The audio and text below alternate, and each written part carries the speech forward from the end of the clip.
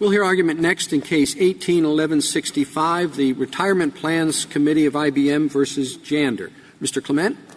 Mr. Chief Justice, and may it please the Court. In Dudenhoeffer, this Court articulated a pleading standard that recognized that disclosure of negative inside information by insider fiduciaries could harm the plan and plan participants by immediately reducing the value of the fund. This Court thus required the plaintiffs to identify a specific alternative course of conduct that could not do more harm than good to the fund as a whole. Here, respondents allege that insider fiduciaries should have taken inside corporate information, disclosed it through the regular corporate disclosure channels because disclosure was inevitable and the harms from concealment only grow over time. There are two basic problems with that submission. First, respondents' allegations face an insurmountable PGRM problem. ESOP fiduciaries do not have a fiduciary obligation to use information gained in a corporate capacity or to use the regular corporate channels of disclosure for the benefit of plan participants. It's particularly true with respect to the use of regular corporate disclosure channels. The use of those channels is something that is inherently done wearing a corporate hat. And indeed, the insiders only have access to the regular corporate disclosure channels because of their corporate roles. It requires no extension of PGRM whatsoever to say that the use of those corporate disclosure channels is a corporate act, and that corporate act is already pervasively regulated by the securities law. But second, even if there were a fiduciary obligation to use insider information gained in a corporate capacity or to use corporate disclosure channels, the allegations here would still be insufficient. The allegations that no fraud lasts forever, disclosure is inevitable, and the harms of concealment only grow over time, so it is prudent to disclose early, could be made in every case. Those generic allegations, by definition, could not separate goats from sheep. They could be made every single time. The premise of respondents' allegation is also fundamentally inconsistent with the premise of the third consideration in Dudenhoeffer. The third consideration Dudenhoeffer is premised on the objective reality that if you disclose negative inside information to the market, it's going to have a negative impact on the value of the stock, which is all an ESOP holds.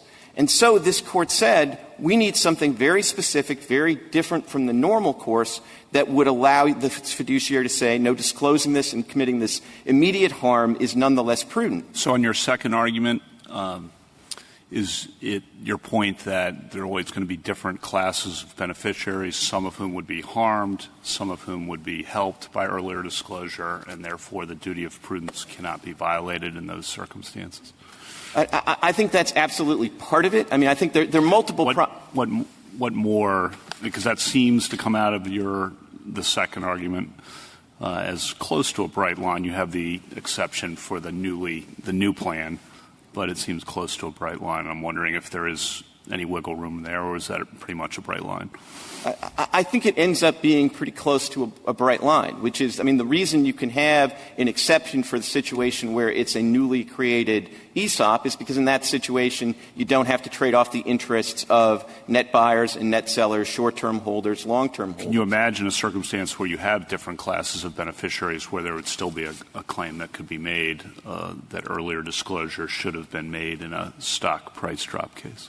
I have trouble coming up with one of those. Now, I don't think that means you can't have duty of prudence claims in this context. I mean, the classic duty of prudence claim, which has the virtue of not trading off different beneficiaries' interests, would be a duty of prudence claim that says that when the company set up this ESOP, they didn't set it up in the right way, or when they're buying or selling, they're paying above-market commissions. Those kind of duty of prudence claims could be, pled, and they don't create this kind of trade-off of the interests of one group versus another.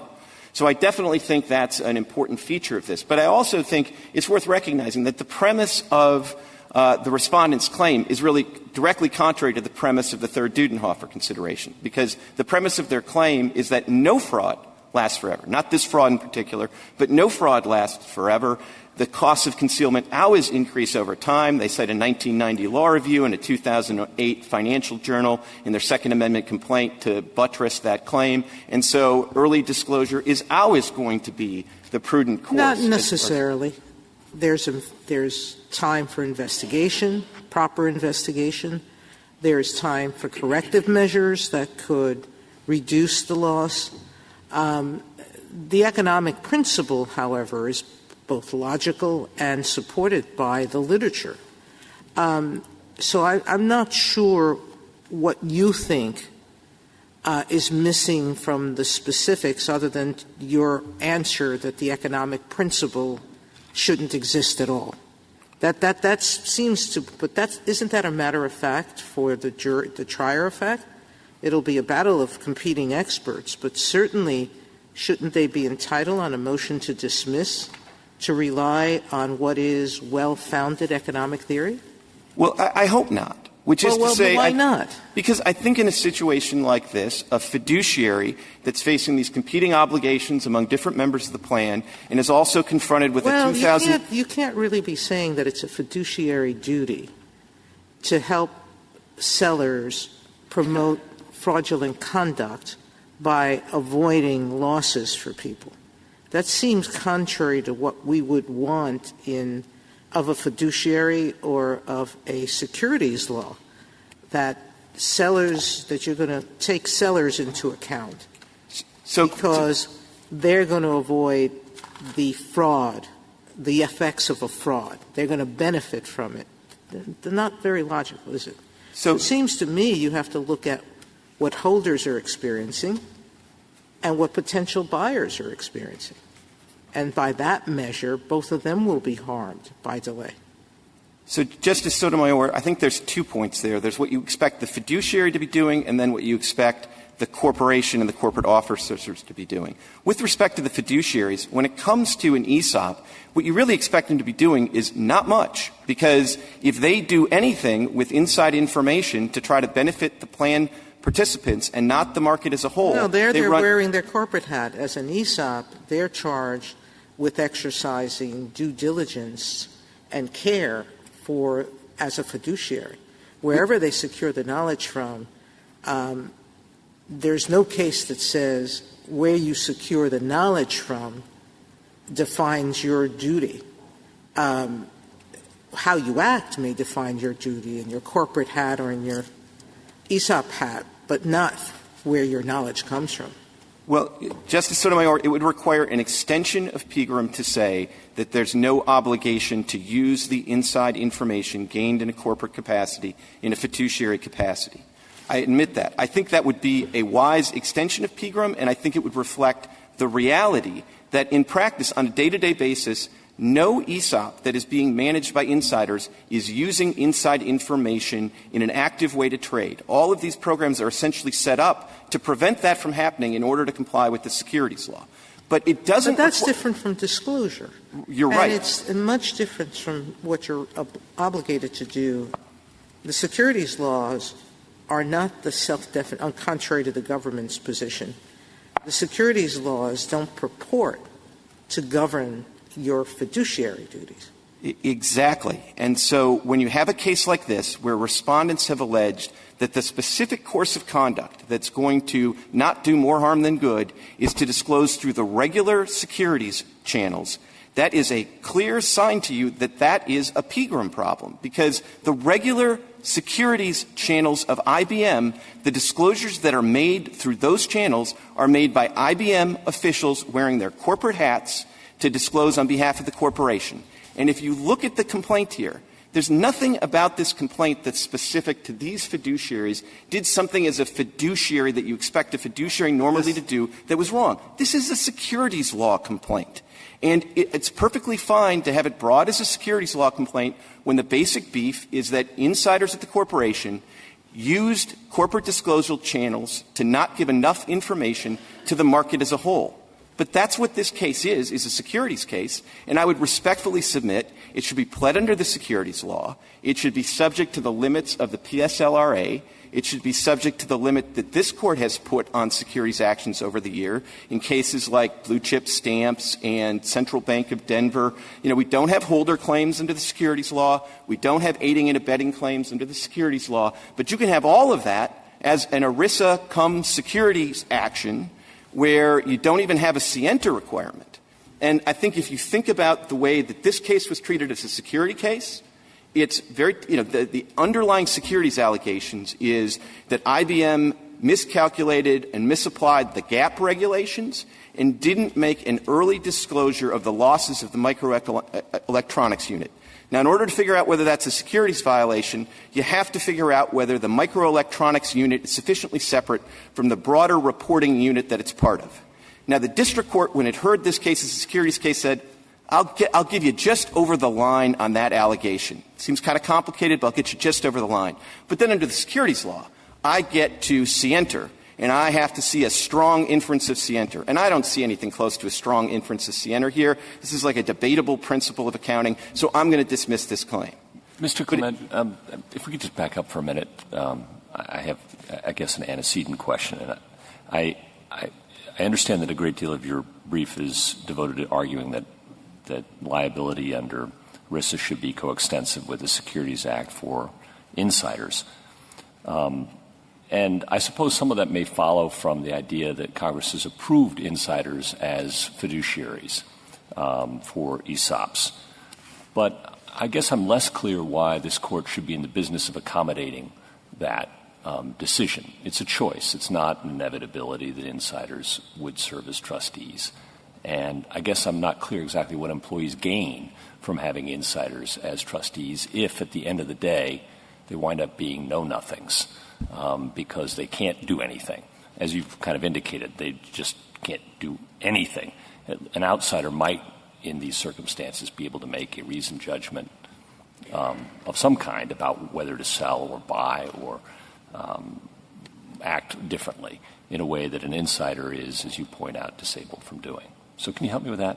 I'll try to, Justice Gorsuch. So first, I don't think it's right to say that the outsider is going to be in a better position to do something with this information, because the outsider, by definition, isn't going to get the inside information that you're only getting because you're a corporate insider. These things leak. It's possible. Maybe not. But at least there's a metaphysical possibility they can do something other than be a know-nothing. And so, again, can you help me understand why we would want to encourage insider trustees and provide special rules for them? What's gained by employees? I didn't see any real account in the briefs, I'll be honest, as to what Congress was getting at here, why it's a good idea, why we should underwrite it. So, I don't want to quibble too much on the premise. I mean, if it leaks, it's public information, so you're in a different box. But I want to be responsive. And here's what I would say. What employees gain is two things. One is they do gain some cost savings because it costs less. Okay, you're shaking your head. So let me go I'm not shaking my head. I'm just well, maybe. Okay, but the cost savings do directly benefit the plan participants. Yeah. The cost of running if you go out and get Vanguard, the company is not going to pay for that. The plan participants are. But here's the real thing you gain, which is you incentivize companies to have the pension plans in the first place, and you incentivize them to have pension plans. You got to take a step back, and this is what the Court did in Pegram, and which is, this is an unusual regime, right? Because there's a lot of responsibilities that come with having an ERISA plan, and no company is forced to have an ERISA plan. So, in part to incentivize companies to have them, they said we're going to deviate from the common law rule where you couldn't have an insider serve as a fiduciary, and we're going to deliberately deviate from the common law rule, and we're going to set this up. It'll be easier to do it. Now, what companies like IBM have done, and I think it's important to understand this, is they have not said, oh, well, for everything else, we offer 201 funds in our plan, and for everything else, we're going to use Vanguard, but for this ESOP, we're going to use just our inside guys. Right. That's not how they do it. They set up all 200 plans. They have very senior corporate officials run that. They think they're doing their employees a favor, not only by saving the cost, but by having very sophisticated individuals run these various funds. Now, if you tell them that they are going to uniquely face these kind of securities actions without the protections of the PLSRA, if they have the fiduciaries, the insiders, run the ESOP, because the real risk here is with the ESOP. Right. The easiest thing for IBM to do is to say, let's get rid of the ESOP. We're not, and that's clearly contrary to Congress's intent, but they're not going to change the way they run 200 funds in order to accommodate the ESOP. They'll just get rid of the ESOP. So that I have the roadmap clear, if we were to agree with you on your second argument, which the one we discussed earlier, we don't get into the Pegram issue or some of the issues raised by Justice Gorsuch and some of Justice Sotomayor's questions, right? I think that's right. and then I may be back here in another 3 years. And I think the advantage of the Pegram issue, and part of the reason we thought we should present it for the Court's benefit is that really, I think, would be a more complete solution to this. Because I think we've had — It's not what you asked for cert on. You have I read the question, whether the more harm than good pleading consideration from Fifth Third Bancorp can be satisfied by generalized allegations that the harm of an inevitable discovery of an alleged fraud generally increases over time. Now, what do you imagine, or do you imagine, that there's any particular disclosure that could meet that standard? Later, what's missing from what they say? What's missing is any kind of detail about the nature of this plan, the precise circumstances. They'd either just set up the plan or it was a new growth company, so they would have known that 98% of the people were net buyers. I mean, maybe you could imagine that, but honestly, this is where I was getting with this. Is I think the courts have had 5 years of experience or whatever it is with the Dudenhoeffer considerations, and I think as the cases have matured, what you've seen is that the claims of the prudent alternative course have migrated. They started with things that actually were fiduciary actions. They were actions like, let's just stop trading. I mean, that would be a fiduciary action. Or let's make an extraordinary disclosure, not within the normal security channels, make an extraordinary disclosure. But when courts were confronted with those courses, what they concluded is, prudent fiduciary could say that's crazy. And so those claims didn't get off the ground. So as these claims have matured, the plaintiffs have said, we know this, the right way to do this is a very subtle disclosure through the regular corporate channels, and that'll solve the problem because it won't spook the market. But the problem is really twofold. Once you do that, first of all, you've said that they really have to put on their corporate hat, and they have to make the disclosure through the regular corporate channels. And part of the reason it's less spooky for the market is because we're used to corporate officials making disclosures through regular corporate channels. We're not used to fiduciaries coming in and blowing the top off of the whole thing in some extraordinary way. And so they really do plead themselves into a Pegram problem. But the second thing, and I think this is very important, is as the cases mature, my friend on the other side points out quite correctly that you can't make any disclosure just to the plan participants. So you have these special responsibilities as a fiduciary to the plan participants, but you can't make a special disclosure to them. You have to disclose to the entire market.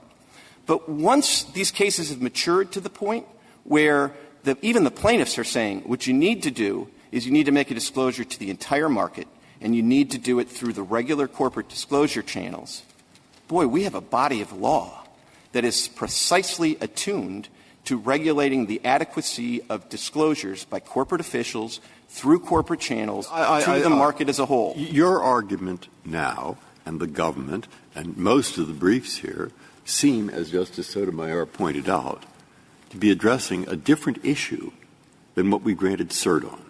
And they seem to be dealing with what I called the second part of the three considerations, and that is how the relation between securities laws and ERISA law ought to be.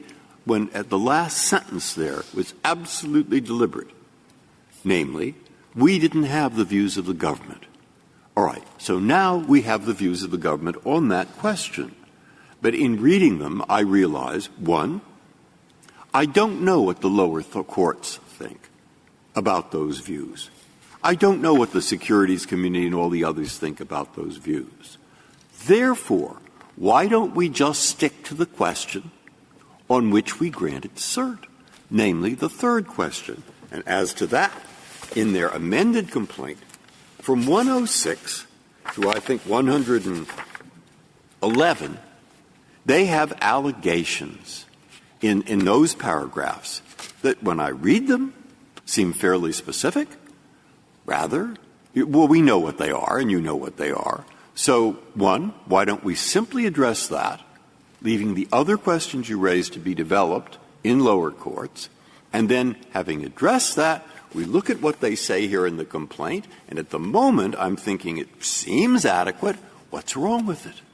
So, Justice Breyer, I think that it is – we're happy to win this case under the third factor or the second factor. Obviously, if you tell me you're going to vote against us on the third factor, I'd really like you to look at the second factor. But in all events, I don't think we should lose under the third factor, because if you look at the allegations here, most of them could be made in every single one of these cases. During the class period, the plan was a net buyer of stock. They've walked away from that because it turns out, although they alleged it, it was wrong.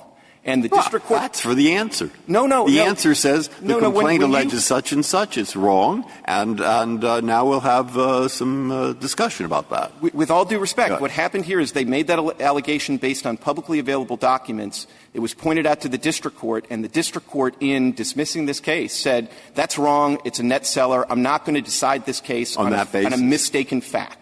And so he said, it's publicly available to me. I'm going to take judicial notice of it. They were a net seller by $200 million, which, of course, is exactly what you'd expect with a mature plan from somebody like IBM, as opposed to a new startup where you might think they'd be a net buyer if you think about it long enough. If they'd alleged that the trustee didn't know that they would be a net seller, would that then be sufficient? I don't think so, because I think particularly the fiduciary of a long-established plan could say, I don't know it for a fact, but I think we're very likely to be a net seller. If I could avert you to another one of their specific allegations.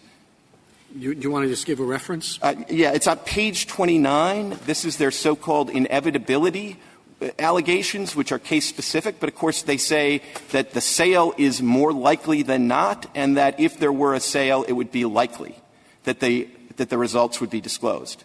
So more likely than not and likely does not equal inevitability. So if you want to look at the very specific allegations here, I don't think it gets it done. Thank you, Your Honor. Thank you, counsel.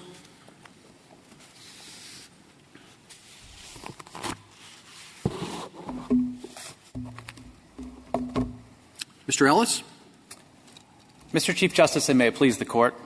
In Dudenhoeffer, this Court recognized that an ESOP fiduciary would sometimes have an ERISA-based obligation to take action based on inside information.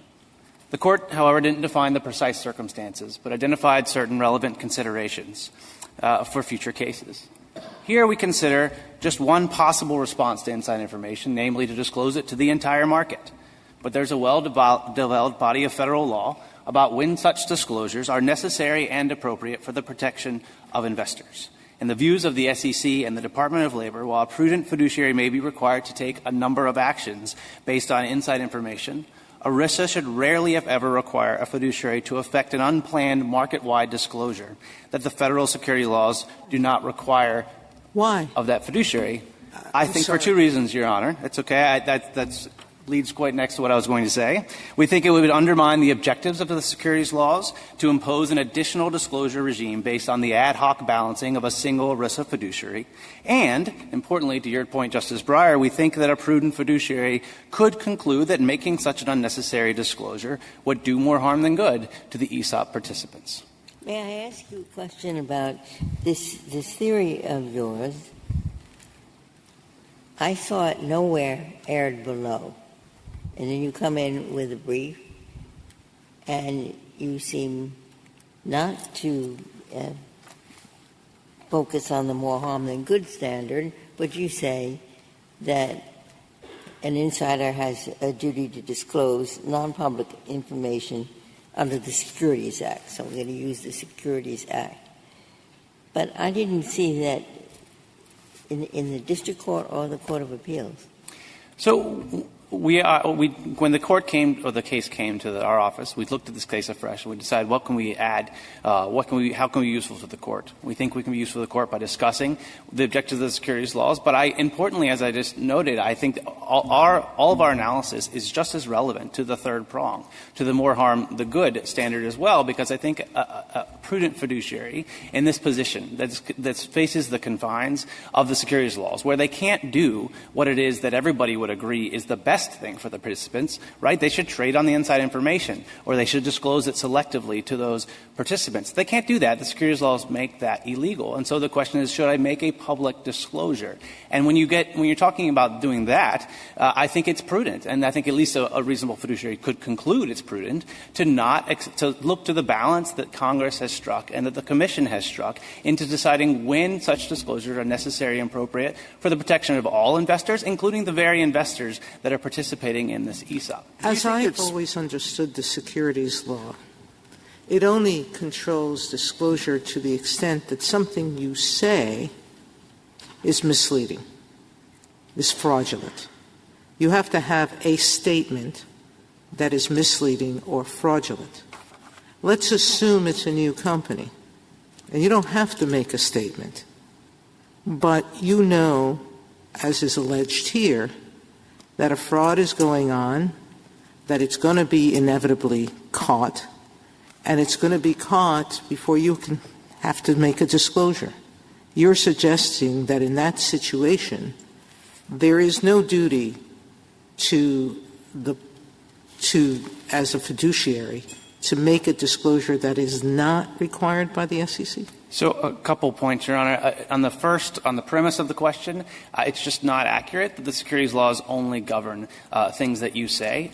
A lot of the securities laws and anti-fraud provisions are based on misstatements and corrections of that misstatements, but there's an entirely additional disclosure regime where certain events that are major events, like material impairments or like changes in control or definite agreements, have to be disclosed within 4 days, regardless of what you said before. And then there's 10Q and there's 10K. I would also point out that this very case is, in fact, based on allegations that the company had made a misstatement before and needed to correct that misstatement. So this is a fraud case, a 10B case. It's just that no one has evaluated whether the allegations are sufficient to state that.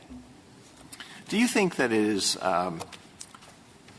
workable, practical to require an insider fiduciary to determine whether the disclosure of inside information to the public at a particular point in time will do more harm than good? Is that inherently a workable standard, or is it your argument that it is not, and that's why you reach the position that you reach? It seems to me in that situation the fiduciary has to make a very complicated calculation. But maybe it's more doable than it seems to me. Like whether are the participants are they net buyers or sellers? What will the situation be at some point in the future when the information will inevitably come out? So I think it is workable in the sense that if a prudent fiduciary in that position would not be ignorant, would not close its eyes to the entire body of law that's intended to balance those interests. I agree that it's not a workable solution to have an ad hoc balancing, and I don't think it would be, as I said, I think it would be inconsistent with the securities laws to impose this sort of ad hoc disclosure regime on every company, public company that's got an ESOP with insider fiduciaries, but not on the rest of the market. But I think what a prudent fiduciary would do, it's our position, is that they would look to that body of law and they would reasonably conclude, or at least they could reasonably conclude, which I take to be everyone agrees is the standard here, that making a disclosure that the company has decided is not in the best interest of the shareholders, and the federal securities laws, the expert and the expert commission has decided is not necessary and appropriate for them. That does sound. Where we are, it seemed to me, is you're trying to argue both, but are there things in the securities laws that mean that the fiduciary should not disclose information that will drive the price of the share down? That's what you're saying. Okay. That's not what we granted cert on, and the reason that I stress that is because my reaction to what you say is, I don't know. And I would like a lot of argument in a lot of courts. So I assume that in this case, he should have, a prudent trustee would have disclosed the information to the market through the channels that they are suggesting. Next question. Is there a special reason why he shouldn't disclose it anyway, because disclosing it will hurt the plan and its participants? Answer. They say, no, there's nothing special here. As a general matter, disclose it sooner rather than later if, as the Court of Appeals said, disclosure is inevitable. So they allege it was inevitable. They allege that loads of information that shows if it's inevitable, do it fast. That will not hurt the plan. It will help it. And there we are. criterion 3 is satisfied. So I've sketched out, they'll put their position better than I did, but still, if that's roughly their position, why don't, if we narrow the question to what we granted on, why don't they win? I think because a prudent fiduciary can't narrow. It's artificial to say that a prudent fiduciary would or could or should ignore the body of law that speaks to this precise question, that speaks to precisely when a company should make not a selective disclosure to just the participants that they can benefit on, but a public one, a market-wide one for all investors. That's what the Securities Commission has set out to do in its disclosure regime, and we think it would be unhelpful and artificial to assume in this case that a prudent fiduciary would just ignore that body of law. And I'd point out that it's not always true that you would disclosing information if that will come out sooner would be better. It may be in the case of negative information, but positive information would go through the same analysis. Please. I mean, it does sound like you want us to scrap Dudenhoeffer and start all over again. So I don't think that's right. I think our position is fully consistent with Dudenhoeffer, and all three factors are still relevant. It's just that in this precise circumstance, the first two factors do a lot of the work. So take, for example, a case where the complaint was the alternative action you should take was to trade on this information or was to selectively disclose it to the participants. I think we'd say, no. Indeed, Dudenhoeffer says no, because that's illegal, and prudent fiduciaries don't take illegal acts. That doesn't mean that you're somehow writing out the second and third considerations. But those factors were in service of a particular test that said, we want to ask whether a reasonable fiduciary would look at this and say that there's a course of action that would or wouldn't do more harm than good.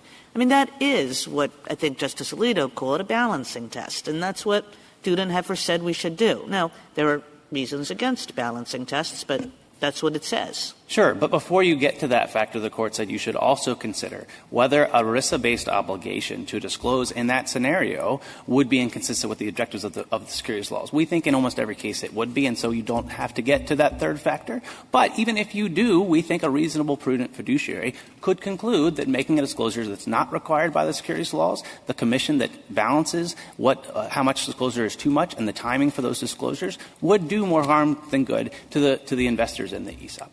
Thank you, counsel. Mr. Bondroff. Mr. Chief Justice, and may it please the Court, Dudenhoeffer said that ESOP fiduciaries owe the same duty of prudence as every other ERISA fiduciary, except they don't need to diversify the fund's assets.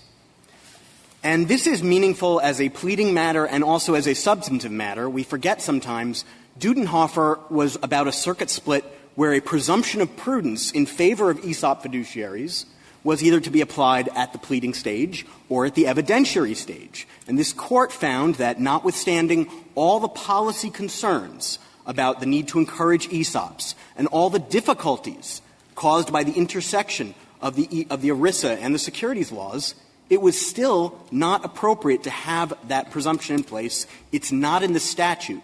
The statute says the duty of prudence here is basically the same as would apply to a non-ERISA investment.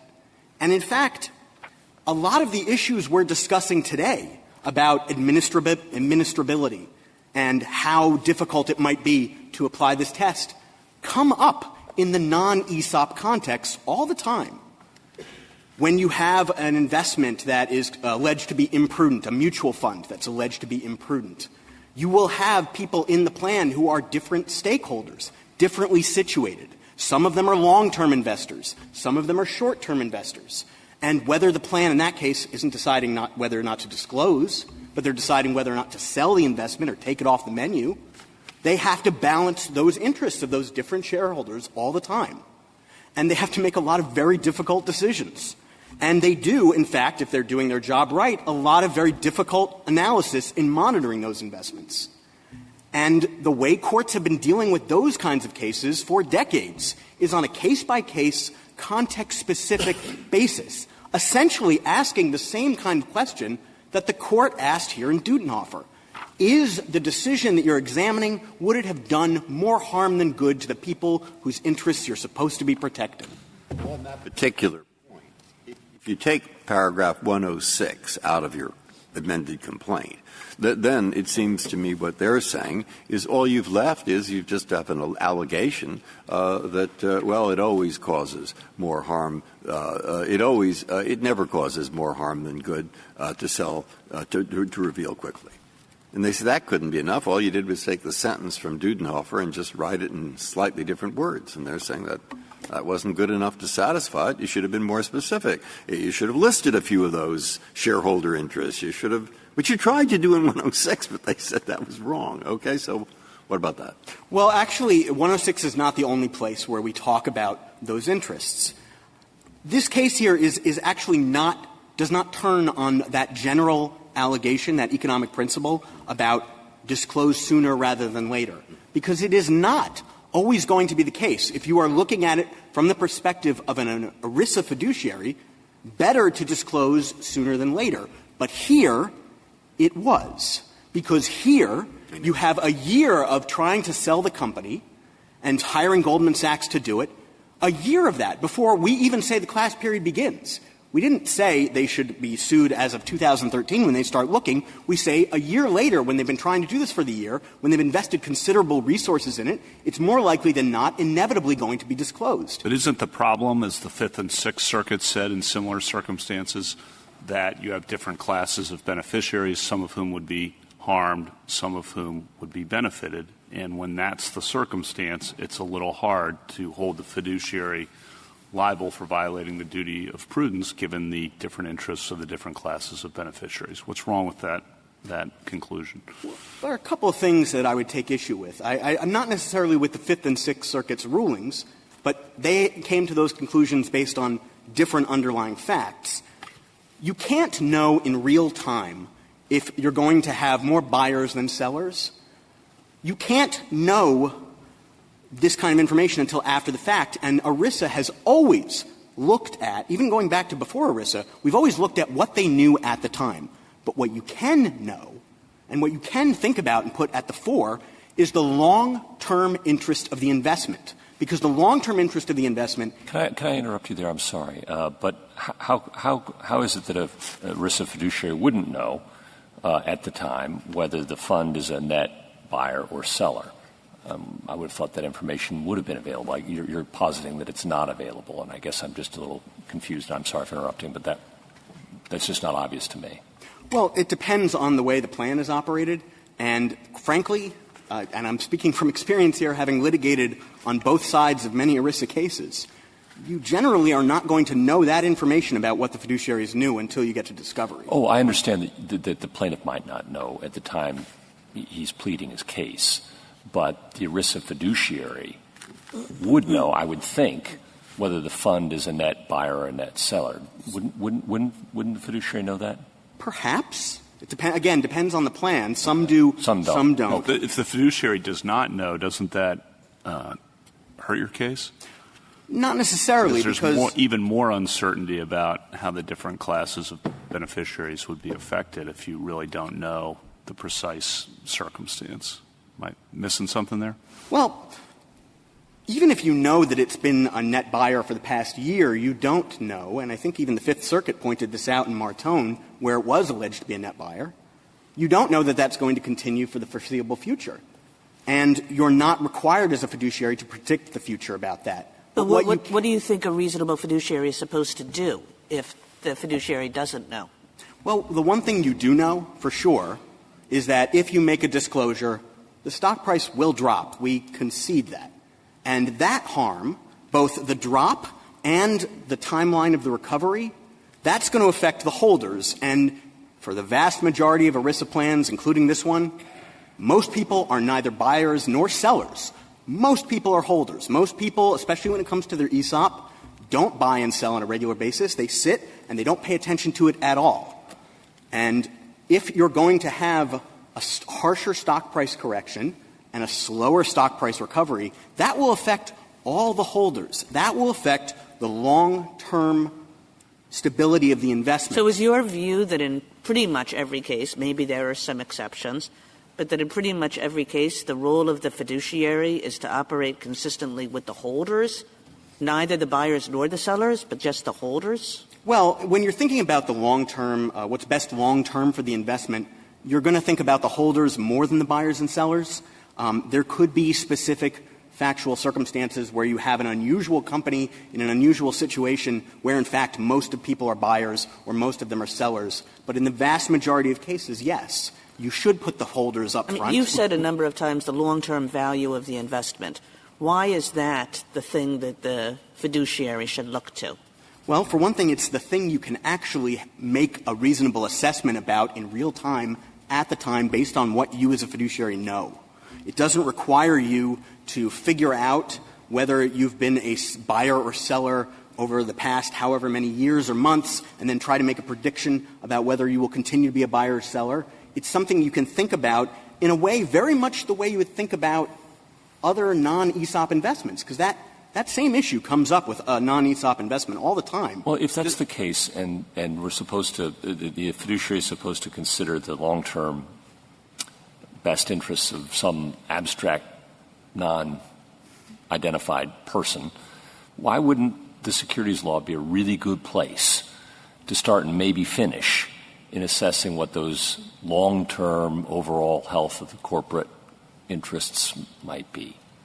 I would respond to that in two ways. One, I think as a practical matter. I mean, isn't that what the securities law are all about? It's ensuring the markets function on a net basis with as much transparency and efficiency as we can muster, subject to imposing reasonable costs and reasonable duties on people. I don't disagree with that description of the securities laws, but the securities laws have different interests than ERISA does. And that's going to create a problem when you're talking about both pleading. Well, but I accept that if we're talking about some specified ESOP member. But you've told us to ignore that.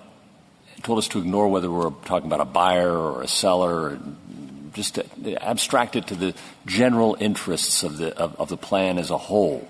And once we do that, I would have thought the securities law would have been a really good proxy for the duties we'd expect a fiduciary to abide.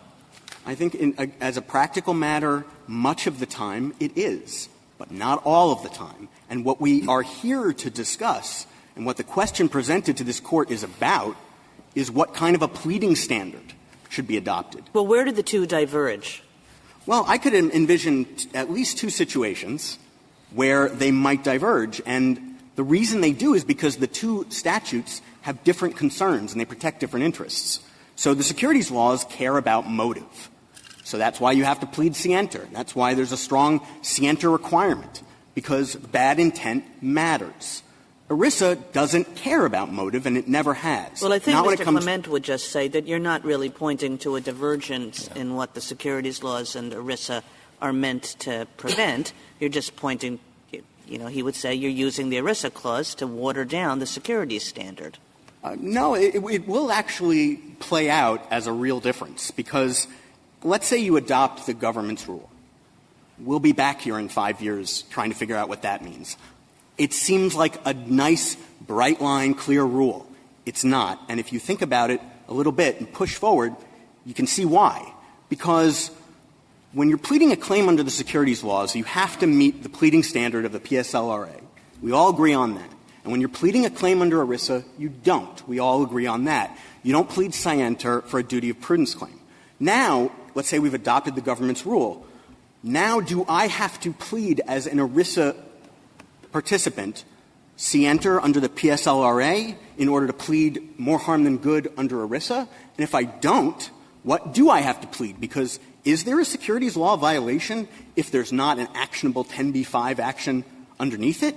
Or is the standard maybe what the SEC could do if it brought an enforcement action? Because the SEC is not obliged to meet the PSLRA standards. How is that going to work? We're going to be sending that back to the courts, and they're going to be trying to figure out, how do I apply the securities law, which cares about things like motive, to an ERISA action, which doesn't, and figure out if that's more harm than good? Is a securities law disclosure required but under the standard of ERISA? It actually gets very confusing when you try to apply it. What was the second way? Didn't you say that there were two ways that would diverge? One is the Sienter standard? Maybe I'm wrong. No, I think I got to both of my points ultimately. Well, if that's the point, I guess the response that I expect we're going to hear in rebuttal shortly enough, and might as well just get your thoughts on it now, is, well, maybe we ought to just apply the same rule we apply to all private litigants. And maybe that's the answer, and you say, well, ERISA doesn't care about that, and maybe Mr. Clement says, well, it does in this context, because if we're concerned about the net interests of the fund and they are completely aligned with the net interests of the company, as you've suggested, then that is the standard that best protects them, that we've developed over time and through the securities laws to protect investors consistent with, imposing reasonable duties on people. I expect something like that. And I just wanted to give you a chance to have the opportunity to respond before Mr. Clement launches.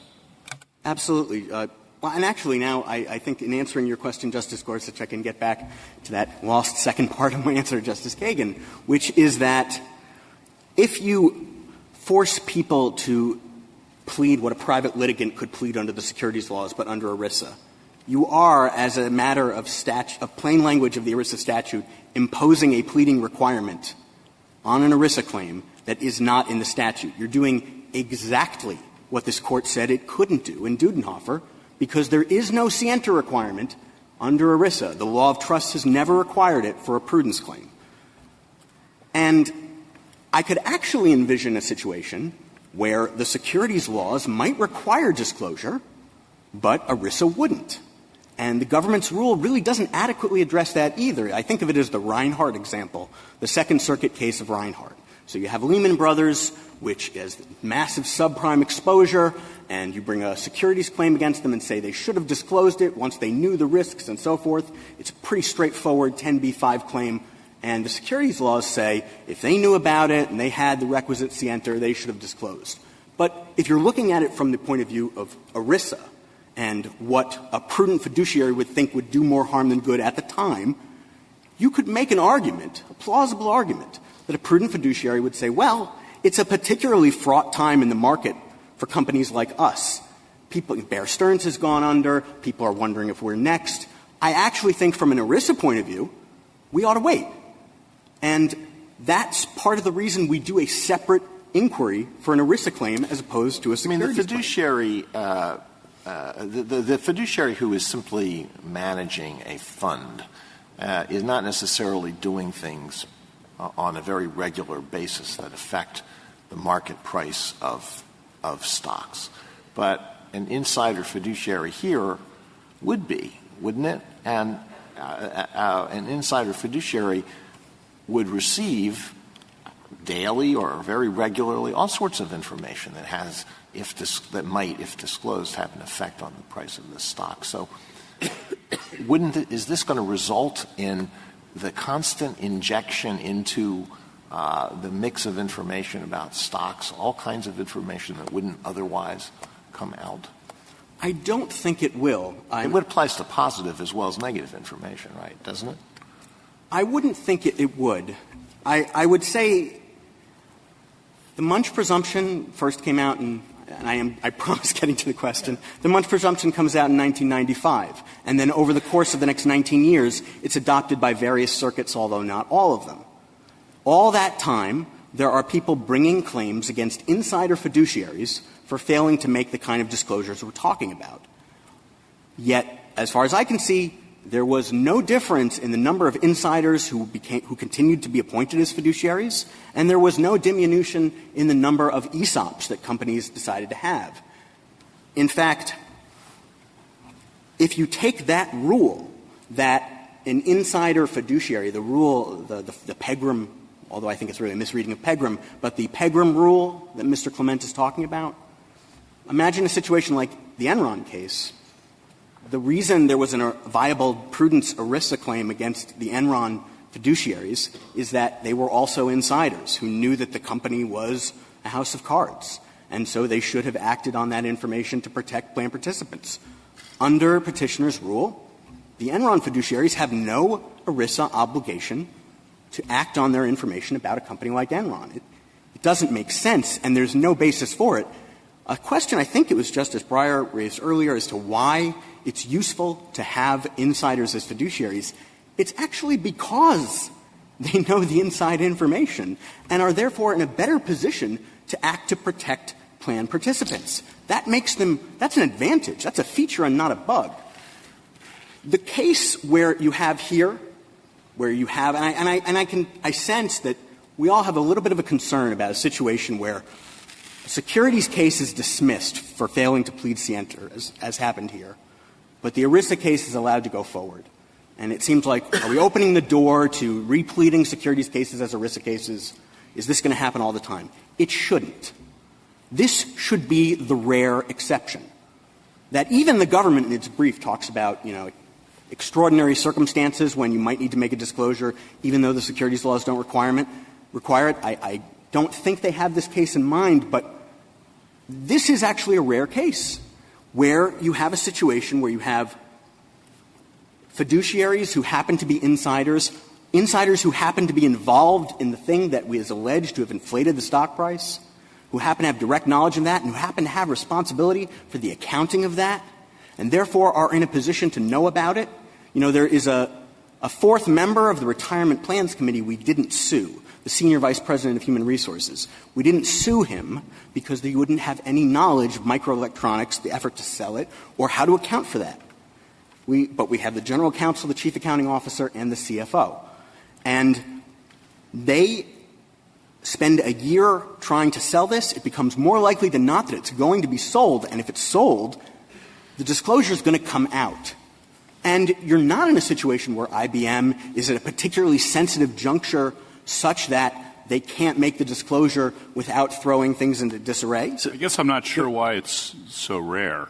I mean, the things you just identified. Fiduciary, who's an insider, that's what this is about, and then knows something, whether they're involved or not, as long as they know the duty's triggered. So that's something that's going to affect the stock price. That doesn't seem rare at all. That seems fairly commonplace. Am I wrong about that? I think so. I speak not just in theory, but from my own experience with these cases, both before and after Munch, and before and after Dudenhoeffer, I should say. These cases, even with the standard as applied by the Second Circuit here, are hard to plead and they're hard to win. They don't get through very often, less often than securities cases do. It's much more common for the securities case to get through than for the ERISA case to get through, and that's even before Dudenhoeffer that was the case.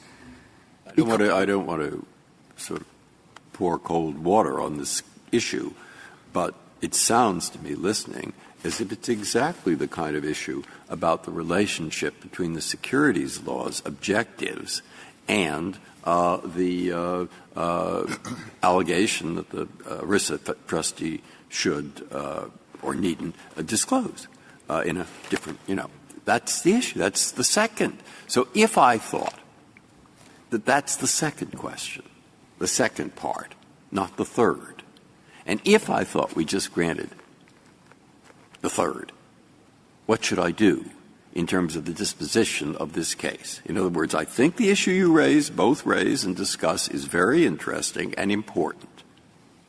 But I don't know that it's here. So if I think that, what's the right disposition? Disclosure here would not have been inconsistent with the securities laws. Just because it's not required by them, even the government concedes, it's not that's your first by them. position is it isn't. Okay.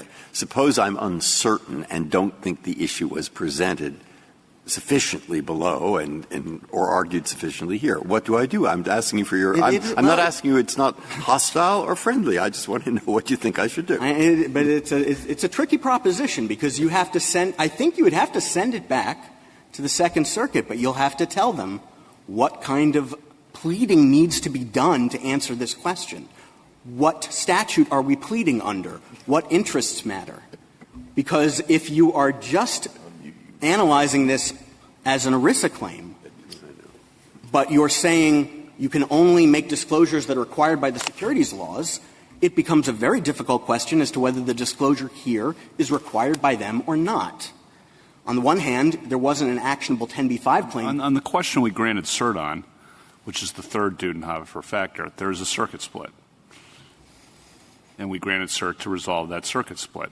And basically, is earlier disclosure required in a situation when there are different classes of beneficiaries, or is that a situation where a prudent fiduciary should not be held liable? Isn't that the question presented? Well, I think that and it's a yes or no answer to that question presented. That is, yes. Right. And in that question presented, I think the Second Circuit did exactly what you would want courts to be doing in analyzing these issues. You know, just because you can plead that a fiduciary knows something that hasn't been disclosed, and you can try to say that it's inevitable, doesn't mean that all the facts around it are going to back that up. And it doesn't mean that a district court is going to look at that and be persuaded just because you said it's inevitable and earlier is better than later. You have to have the meat on the bones or it doesn't work. So wouldn't, looking at Mr. Clement and looking just at the third prong, you suggested that whether you're a buyer or seller can't be judged, that you really should be looking at the whole class, but none of that is pled. You pled you were a buyer, and the district court said that the period showed more buying than selling, and the district court said, no, it shows more selling than buying.